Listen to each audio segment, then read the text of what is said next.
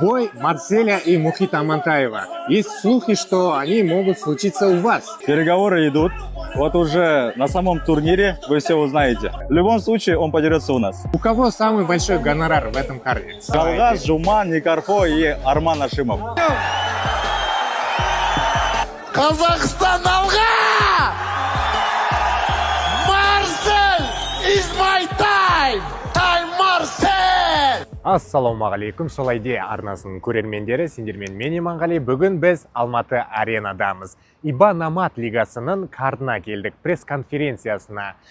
Мына тұрған адамдарды көрсетіп жіберсең, қаншама адамдар осы пресс-конференцияға келіп тұр, күтіп жатыр.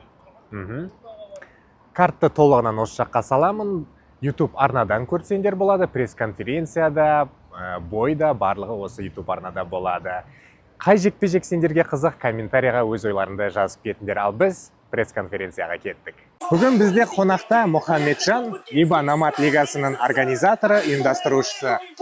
Здравствуйте. Здравствуйте. Спасибо за приглашение. Хотел бы у вас спросить, это бой Марселя и Мухита Амантаева. Есть слухи, что они могут случиться у вас в Лиге Намат.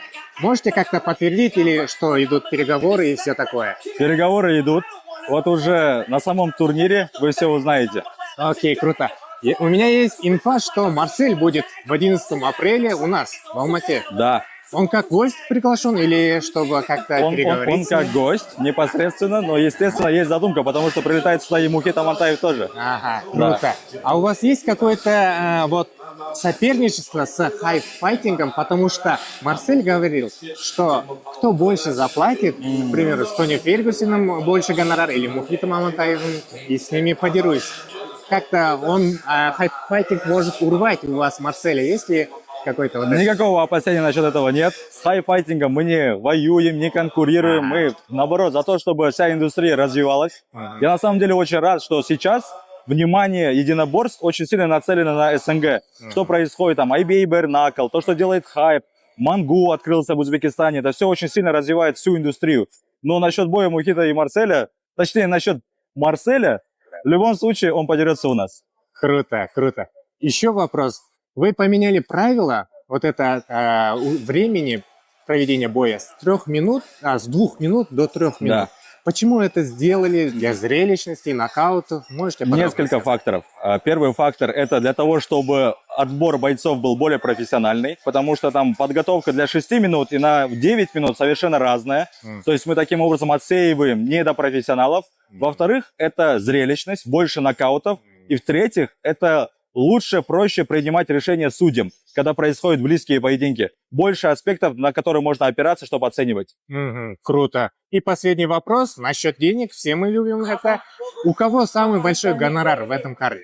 Если не секрет. Я, наверное, буду неправильно, если раскрывать это. Окей. Но я думаю, что я назову там 3-4. Это вот условно Давайте. Жалгаз, Жуман, Никарфо и Арман Ашимов. Плюс-минус. Понял. Круто. Спасибо большое вам.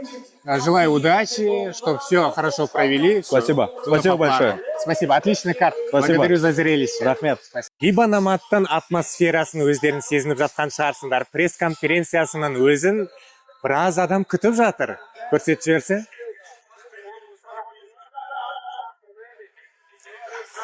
Нағыз кәдімгідей атмосфера, рух беретін жекпе-жектер болайын деп жатыр.